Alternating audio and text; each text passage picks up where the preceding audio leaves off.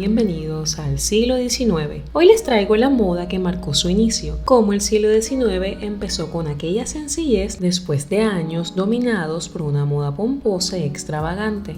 Para llegar a la moda de los 1800 hay que regresar a varios años antes, a pleno siglo XVIII, cuando el pomposo robe à la Francaise dominaba la moda en Francia, así como el robe à l'anglaise o close-bodied gown o English nightgown en el Reino Unido. El robe à la Francaise estaba constituido por un corsé muy ajustado que se fijaba a una falda puesta sobre numerosas enaguas que, a la vez, iban colocadas sobre un armazón que daba volumen a las caderas denominado panier, cesto en francés. En los países de habla castellana se le conoció como tontillo.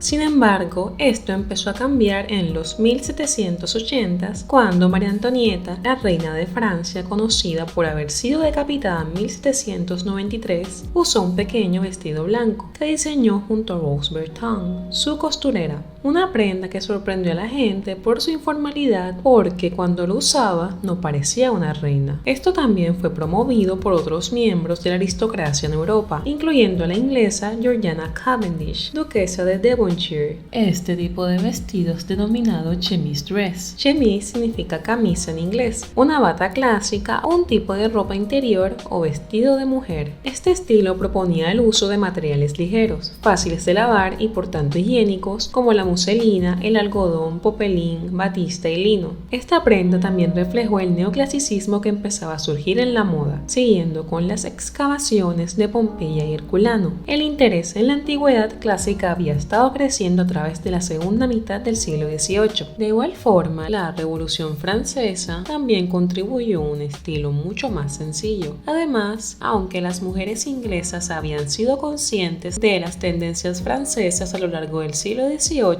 y a menudo las seguían, esta comunicación se vio interrumpida por las guerras entre Inglaterra y Francia que comenzaron en 1793. En 1794, Nikolaus Heidelhoff presentó su revista de moda de alta gama, The Gallery of Fashion. Nacido en Stuttgart, Alemania, Heidelhoff vivió en París durante los primeros años de su carrera y, al estallar la Revolución Francesa, se trasladó a Londres, donde pasó las siguientes 3 décadas. Si bien la vestimenta de las mujeres en Inglaterra mostró el mismo cambio hacia los vestidos de una pieza con cintura alta, la silueta general era considerablemente más completa que en Francia. Con la ascensión de Napoleón como emperador de Francia en 1804, la frase línea de imperio apareció. Sus frecuentes viajes al extranjero, especialmente a Egipto, promovieron un interés por telas de otros lugares y diseños inspirados en lo oriental en toda Europa, y aumentaron mucho más las importaciones de tejidos exóticos. Su esposa Josefina también, junto al famoso modisto Louis-Hippolyte Leroy, tuvieron una influencia considerable en la moda y lideraron el camino de la elegancia mientras París volvía a convertirse en un centro importante para la sastrería. El vestido cilíndrico neoclásico con su cuerpo corto,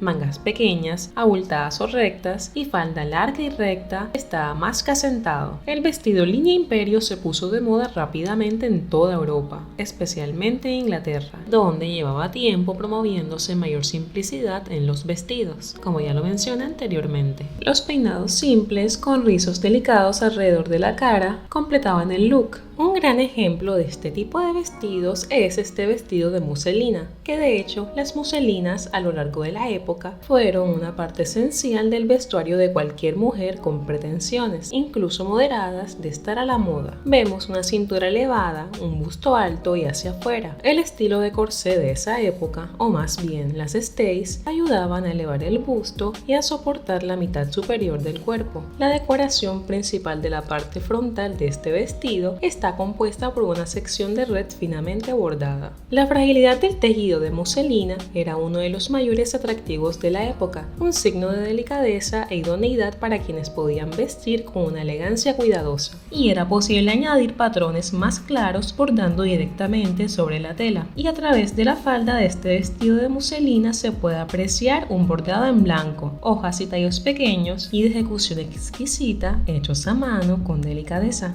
También encontramos vestidos con patrones oscuros más sencillos. Los accesorios fueron elementos importantes durante la época, siendo el chal, más específicamente el mantón de cachemir proveniente de la India, el más importante. Los vestidos ligeros de muselina no brindaban mucha protección contra el frío y los mantones de cachemir se convirtieron en un accesorio necesario. Los chales hindús importados eran lujos muy caros y uno de los favoritos de la emperatriz Josefina. Los tejedores europeos rápidamente comenzaron a crear imitaciones más baratas, sobre todo en Paisley, Escocia. Otras formas de ropa exterior incluían la pelisse y el redingote, ambos tipos de abrigo, y el spencer, una chaqueta corta. También se utilizaron los manguitos. En particular, el monedero retículo, un pequeño bolso, se convirtió en un elemento estándar del atuendo de una mujer. Los había en gran variedad de formas y diseños. Asimismo, las cortes, en las ocasiones formales, solían usar estilos que no se utilizaban en otras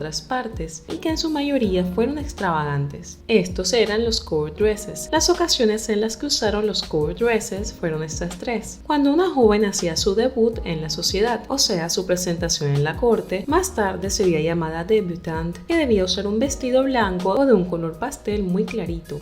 Después de casarse, que podía usar variedades de colores, y en la ocasión en la que se le confiriese a su marido un honor. Otras ocasiones especiales fueron el cumpleaños del rey y la reina. A diferencia de las mujeres jóvenes que se presentaban por primera vez en la corte, a las damas de la nobleza se les permitía más libertad de color en sus court dresses. Estas creaciones personalizadas, realizadas con materiales suntuosamente caros, respetaban las reglas establecidas por la reina Charlotte, quien presidió los salones reales hasta su muerte. Con este paseo a través del increíble cambio que tuvo la moda desde la segunda mitad del siglo XVIII hasta inicios del siglo XIX, vemos cómo las mujeres pasaron de usar mucha tela y materiales pesados a algo más sencillo, algo que se podría decir que les brindó mayor libertad. Sin embargo, este estilo permaneció hasta los 1810, el cual sufrió pequeñas alteraciones a través de la década, claro está, y la moda continúa en permanente cambio. De todos modos, vemos claramente cómo la Roma antigua y la Grecia antigua influenciaron enormemente a este periodo histórico, marcando para siempre la moda de esta década. Bueno, History Dreamers, este fue el video de hoy. Espero que les haya encantado. No olviden seguirme en Instagram. Ahí encontrarán un carrusel que diseñé hablando sobre la moda de esta década. Adoraría que se suscriban, que dejen su like y su comentario y que compartan para que más personas conozcan a History Dreams. Así que nos vemos en el próximo video. Bye.